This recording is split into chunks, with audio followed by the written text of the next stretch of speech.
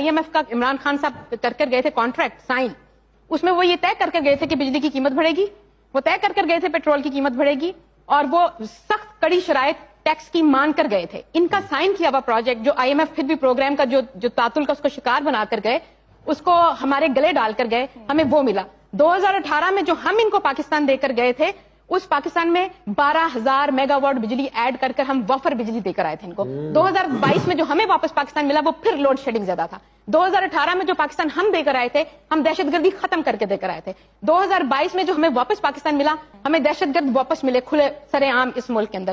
2018 میں جو پاکستان ہم ان کو دے کر آئے تھے، اس کے اندر ہم جتنی بھی نئی موٹر ویز، نہیں آپ مجھے ٹائم لینے دیں، آپ مجھے بھی بتانے دیں کون سا پاکستان ملا۔ اس میں ہم ان کو جو موٹر ویز کا جال بچھا کر دے کے آئے، جس کے اوپر سفر یہ سب کرتے ہیں، سب PTI والے اس پہ سفر کرتے ہیں اور کہتے ہیں انہوں نے سڑکیں اور پل بنانے کے علاوہ اور کیا کیا؟ بھئی آپ درختوں پہ سفر کرتے ہیں، آپ کیا اڑ کے جاتے ہیں کہیں پہ؟ ان سب موٹر ویز پہ سڑکوں پہ آپ سفر نہیں کرتے۔ آپ مجھے یہ بتائیں کہ ہم نے اگر قرضے لیے تھے 9,000 ارب یا 10,000 ارب کے، ہم بتا دیتے کیا کیا ہم نے۔